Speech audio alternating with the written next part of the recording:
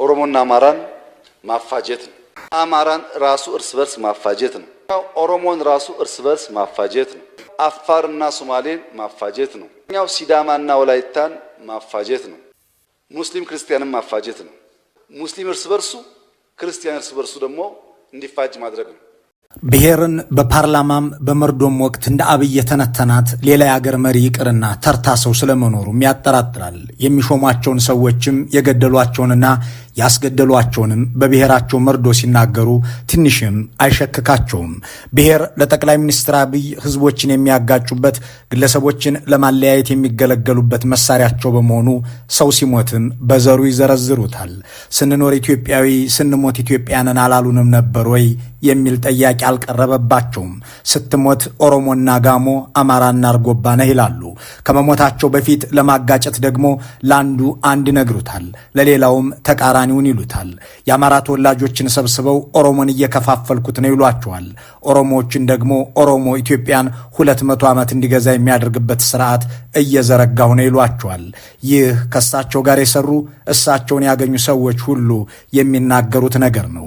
ቁም ነገሩ ግን ይህ አይደለም። ጠቅላይ ሚኒስትሩን አገራቸው የምታውቃቸው አንዱን ብሔር በሌላው ላይ፣ አንዱን ዞን በሌላኛው ጎረቤቱ ላይ፣ አንዱን እምነት ተከታይ በሌላው ላይ እንዲዘምት እንዲጋጭ ሲቀሰቅሱ ነው።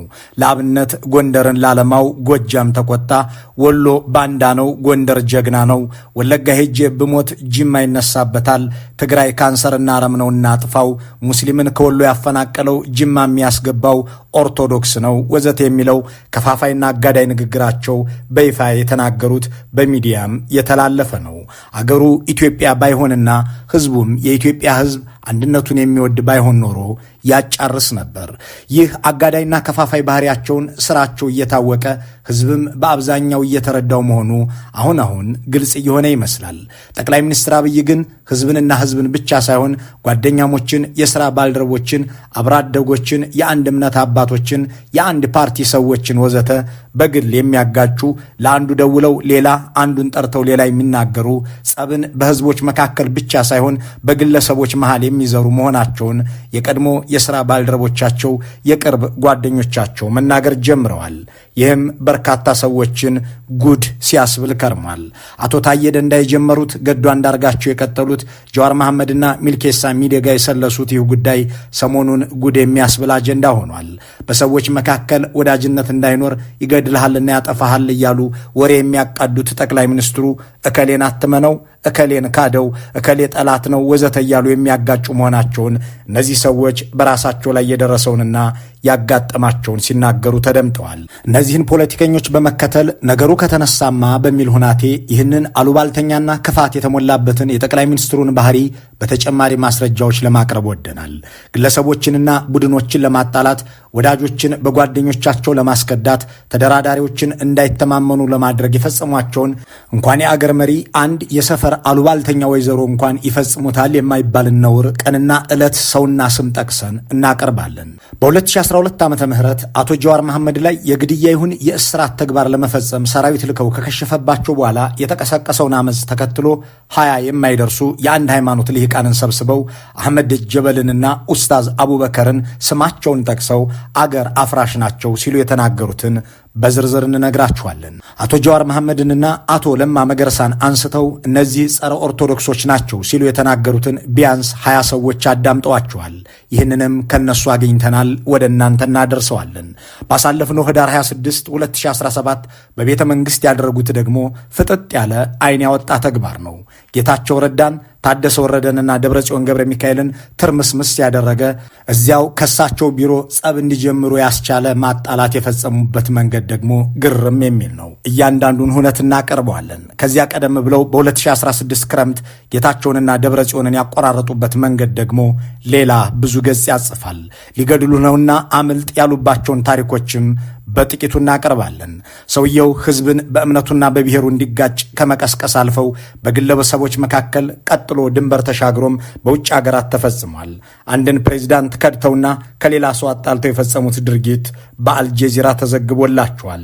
ለአንድ ሌሊት የሚያድር ውሸት ተናግረው ተጀምሮ የነበረ ግዙፍ የሰላም ስምምነት አኮላሽተዋል። ይህ ድንበር ዘለል የማጣላትና የመዋሸት ተግባራቸው ቀጥሎ ሊያደራድሩ በሄዱበት ሀገር አንዱን ከሌላው አጣልተው አሳስረው ተመልሰዋል። ሁለቱንም በዝርዝር እንነግራችኋለን። ዳምንና አንዳርጋቸውን ጠይቃቸው። አንድ ጊዜ ቤቴ ጋብዣቸው ተወያየን። ይህን ሰማ። አንተ ራስን ትጥላለህ፣ ለእነኚህ ሰዎች ካንተ የበለጠ ጠላት የለም፣ ካንተ የበለጠ ጠላት አዩም፣ ያጠፋል። በተለይ ምግብህን ደግሞ ምግብ አብረህ ትበላለህ እንዴ? ተጠንቅቅ ምግብህን።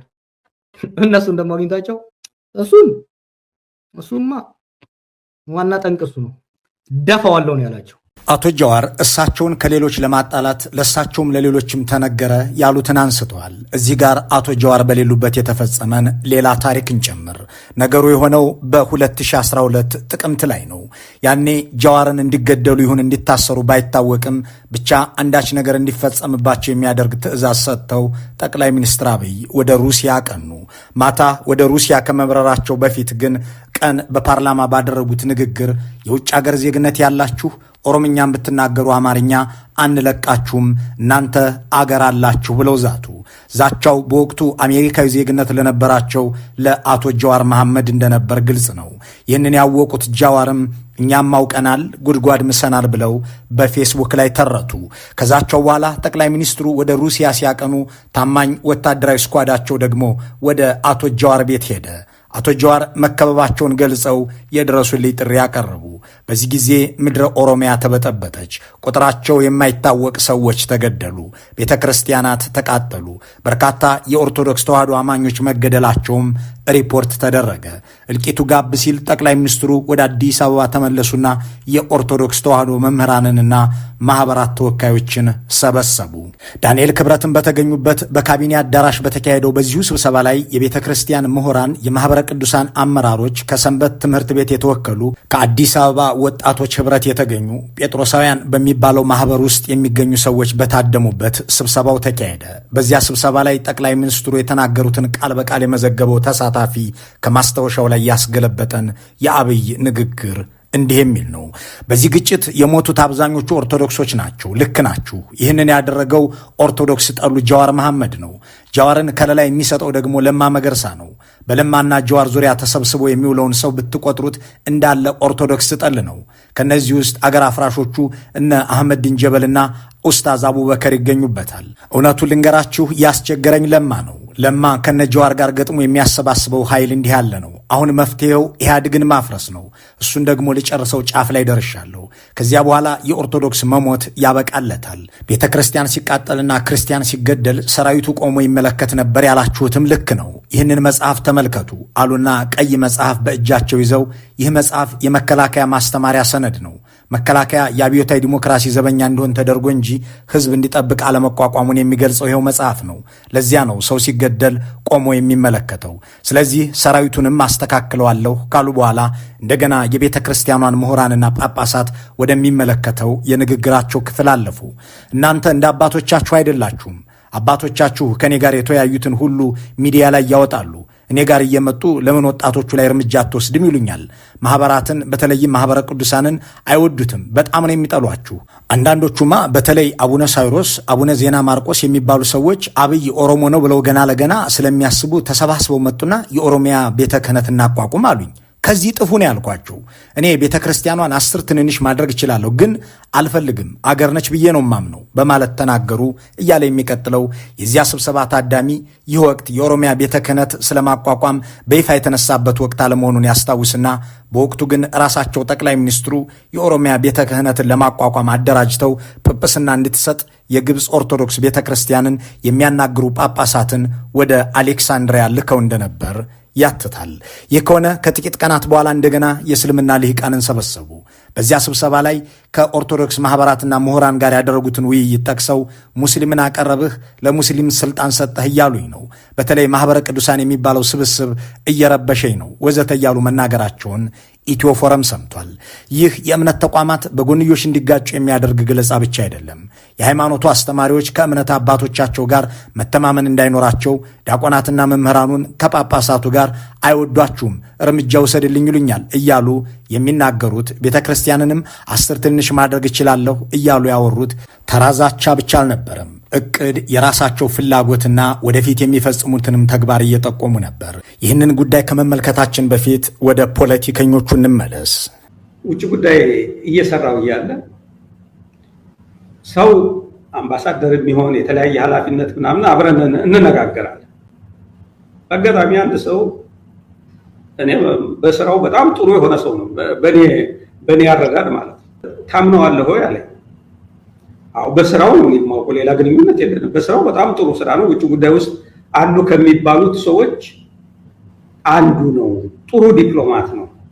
ይሄ ሰው አለ ብዬ እሱ እኮ ወለጋ ነው አለኝ። የወለጋ ሰው እንዴት ታምናለህ? ስንቴ ነው ሊገሉ አስበዋል። በኦሮሞ ውስጥ ራሱ ሴኩሪቲ ጨመረለት። ይሄ ልጅ ወለጋውን ሊገሉት ነው። ሰዎች ጠቅላይ ሚኒስትሩን የሚያውቋቸው ጎጃምና ጎንደርን የሚያጣላ፣ አማራና ኦሮሞን የሚያጋጭ፣ አርሲና ጅማን ወይም ወለጋና ሸዋን ያባላልኛል ብለው የሚያስቡትን ነገር ሲናገሩ ነው። ሰሞኑን ተደጋግሞ የሚነገረው ደግሞ በግለሰቦች መካከል ግጭትን ለመፍጠር ስለሚቆፍሩት ጉድጓድ ነው። አሁንም ነገሩ ከተነሳ አይቀር እንበልና ወደ ህዳር 26 2017 እንመለስ። ያለት ጠቅላይ ሚኒስትር አብይ የወቅቱን የትግራይ ፕሬዝዳንት ጌታቸው ረዳን፣ ምክትሎቻቸውን ታደሰንና ጻድቃንን፣ የህወሓት ሊቀመንበርና የፖሊት ቢሮ አባሎችን ሰብስበው በቤተ መንግስት የዋሉበት ቀን ነበር። ከዚያ በፊት ግን ጌታቸውን፣ ታደሰንና ደብረጽዮንን በተለያዩ ቀናት በተናጠል አነጋግረዋል። ሶስቱንም የነገሯቸው ፕሬዝዳንት እንደሚሆኑ ብቻ ሳይሆን አንዱ ለሌላው የማይረባ መሆኑን፣ ለስልጣን የተስገበገበ መሆኑን ገልጸውላቸዋል። ከዚያም ሁሉም ለስብሰባው በጋራ ተቀመጡ። ደብረጽዮን ጌታቸው ተነስቶ ታደሰ ወረደ ይሾምልን የሚለውን ሐሳብ ስብሰባው ላይ አቀረቡ። በዚህ ጊዜ ጠቅላይ ሚኒስትሩ ታደሰ ምን አስተያየት አለህ ብለው ወደ ጄኔራል ታደሰ ወረደ ተመለከቱ። ጄኔራል ታደሰ ግን በዝምታ አፍታ ወሰዱ። በዚህ ጊዜ ጠቅላይ ሚኒስትሩ በፍጥነት ተናገሩ። ተናገር እንጂ ከ4 ወራት በፊት እኮ ጌታቸውም ደብረጽዮንም አይረቡም፣ ቴክኖክራት መንግስት እናቋቁም ብለኸኛል በማለት ቢያንስ 10 ሰው ባለበት ስብሰባ ላይ ተናገሩ። እስከዚያች ዕለት ድረስ ተማምነው አንዱ ሌላውን እየወከለም ሲሰሩ የነበሩት ጄኔራል ታደሰና ጌታቸው ረዳም ተቃቃሩ። የማይተማመኑና የማይደማመጡ ሆኑ። ደብረጽዮን ገብረ ሚካኤልም ታደሰ ወረደ ፕሬዝዳንት ይሁን የሚለውን አቋማቸውን ወደ ማሻሻል አዘነበሉ። ጠቅላይ ሚኒስትሩ በባልና ሚስት የውስጥ ጉዳይ ሳይቀር ገብተው የፈተፈቱትን ትተን ፖለቲካው ላይ ብቻ ስናተኩር በ2016 ክረምት ደግሞ ያደረጉትን እናስታውሳለን። በዚያ ሰሞን አቶ ጌታቸው ረዳ ወደ ውጭ ሀገር በሄዱበት ወቅት ስልካቸው ለቀናት መስራት አቆመ። የሄዱት ለሕክምና ነበር። የአቶ ጌታቸው ስልክ አለመስራቱ ያጠራጠራቸው ደብረጽዮን ገብረ ሚካኤል ወደ አዲስ አበባ በረሩ። ጠቅላይ ሚኒስትሩንም አገኙ። ጌታቸው ስልኩ የማይሰራው ከሻቢያ ሰዎች ጋር ስለተገናኘ ነው። ከሻቢያ ጋር የሚዶልተው ደግሞ ከትግራይ እኔን ከፌዴራል አንተን ለማንሳት ስለሚያስብ ነው። ስለዚህ አሁንም መፍትሄው እሱን ከፕሬዝዳንትነት ማንሳት ነው የሚል ጥያቄ አቀረቡ። ይህ ለጠቅላይ ሚኒስትሩ ከሰማይ እንደወረደ መና የሚቆጠር ነበር። እስከዚህ ዕለት ድረስ ህወሓት አንድነት ያለው አሁንም የስልጣናቸው ስጋት ይመስላቸው ነበር። እናም መከፋፈላቸውን በግልጽ አስተዋሉ። ቀዳዳውን ለመግባትም ማስፋት እንዳለባቸው አሰቡ። ጠቅላይ ሚኒስትሩ ለሊቀመንበሩ ደብረጽዮን የሰጧቸው ምላሽ ጉባኤ አድርጋችሁ ጌታቸውን አባሯቸው፣ ከዚያ ፕሬዝዳንቱን እንሾማለን የሚል ነበር። ደብረጽዮን ገብረ ሚካኤል የአብይ አህመድን ቡራኬ ይዘው ወደ መቀሌ ተመለሱ። ጉባኤ ስለማካሄድም ሽር ጉዱ ተጣደፈ። በዚህ ጊዜ ጭምር ጠቅላይ ሚኒስትሩ ከደብረጽዮን ጋር በሚያደርጓቸው የስልክ ንግግሮች ጉባኤውን በፍጥነት አካሄዱት የሚል መልእክት ላይ ያተኮረ ነበር። ጌታቸው ከዚያ ሕክምና ከተመለሱ ጊዜ አንስቶ በአብይ ፊት ተነፍጓቸዋል። በጎን ግን በነ ሬድዋን ሁሴን እያስደወሉ ጉባኤ አካሄደው ሊፈነቅሉ እኮ ነው፣ ለምን ዝም ትላለህ የሚል መልእክት ይነግሯቸዋል። አቶ ጌታቸውም የተለያዩ ስብሰባዎችን እየጠሩ ትይዩ ጉባኤ ለማድረግ ጣሩ። ህወሓት ተተረማመሰ። ጉባኤው ተካሂዶም ሞትን በጋራ ሊጋፈጡ አብረው ተሰልፈው የነበሩ ሰዎች ከሃዲና ባንዳ፣ አሮጌና ቆሞ ቀር መባባል ጀመሩ። ይህ ከሆነ ከወራት በኋላ ባሳለፍነው መጋቢት 3 ጠቅላይ ሚኒስትር አብይ ሐረር ወረዱ። የኮሪደር ልማት የሚሉትን ተግባርም እየጎበኙ መሆናቸውን በሚዲያዎቻቸው ያዘግቡ ነበር። እሳቸው ግን እንደሚወራረድ ሰው አጠገባቸው ላሉ ሰዎች ነግሯቸው የነበረው ወያኔዎችን ከፋፍዬ ጨርሻቸዋለሁ፣ አሁን የመጨረሻው ዙር ላይ ነኝ፣ ሰሞኑን ታሪክ ትሰማላችሁ እያሉ ነበር። እናም ሐረር ሆነው ወደ መቀሌ ደወሉ። ስልክ የደወሉት ወደ ጌታቸውም ወደ ደብረጽዮንም ነበር። ጌታቸው ረዳ በአፄ ዮሐንስ ቤተ መንግሥት አንድ ፕሮግራም ላይ ያሉ የአብይን ስልክ አነሱ። ሊገድሉህ ነው፣ ቶሎ ብለህ ውጣ፣ አንድ ቀን ካደርክ ነፍስህን አታገኛትም የሚለው መልእክት ከጠቅላይ ሚኒስትሩ ለአቶ ጌታቸው የተነገረ ነበር። ደብረጽዮንን ደግሞ አንተና ጌታቸውን ለስብሰባ ፈልጋችኋለሁ እንድትመጡ የሚል ነበር።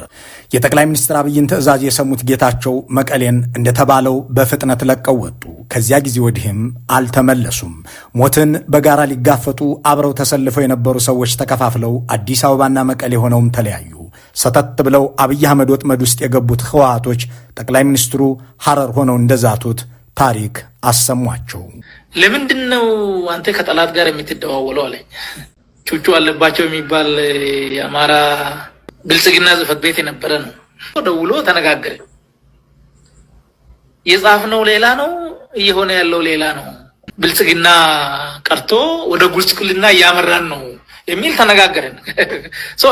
ይሄ ተቀድቷል። የሱ ስልክ ተጠልፎ ነበር መሰለኝ፣ ወይም የኔ ተጠልፎ አላውቅም። እና ይሄንን ሰምቷል፣ መረጃ አለው። እና ለምን እንደዚህ ለቹቹ አለባቸው ለጠላት ለምን ትደውላለህ?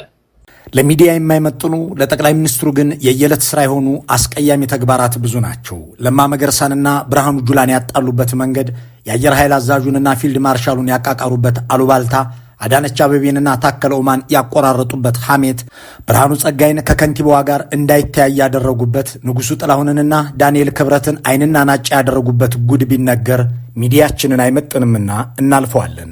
ይህ እከሌ እንዲህ ብሎ አማህ በሚል ግለሰቦችና ቡድኖችን የማጋጨት ጠባያቸው ግን በአገር ውስጥ ብቻ የተገደበ አልሆነም። ድንበር ተሻግሮ ጎረቤት አገራትንም በጥብጧል። በዚያ የመደመር ዘመናቸው በ2011 ሰኔ ወር ላይ ወደ ሱዳን አቀኑ። በካርቱም መፈንቅለ መንግስት ተካሂዶ ብጥብጥ ተነስቶ ነበር። በወቅቱ ኢትዮጵያ የኢጋድ ሊቀመንበር ነበረች። እናም ጠቅላይ ሚኒስትር አብይ ኢጋድን ወክለው ለማደራደር ወደ ሱዳን ሄዱ።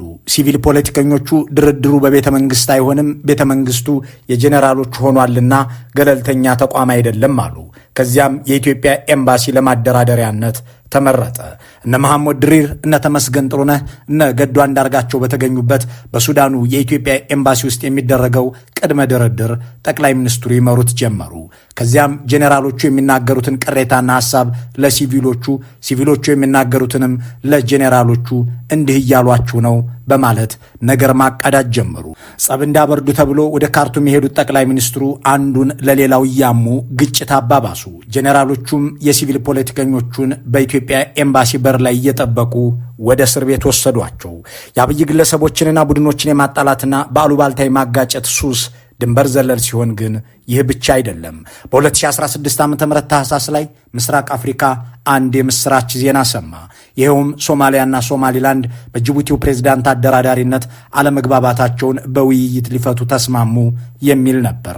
ሞቃዲሾና ሀርጌሳ ከ10 ቀናት በኋላ በድጋሚ እንደሚገናኙ፣ በ30 ቀናት ውስጥ ፍኖተ ካርታ አዘጋጅተው ነገረ ጠባቸውን በሰላም እንደሚቋጩ ተዘገበ።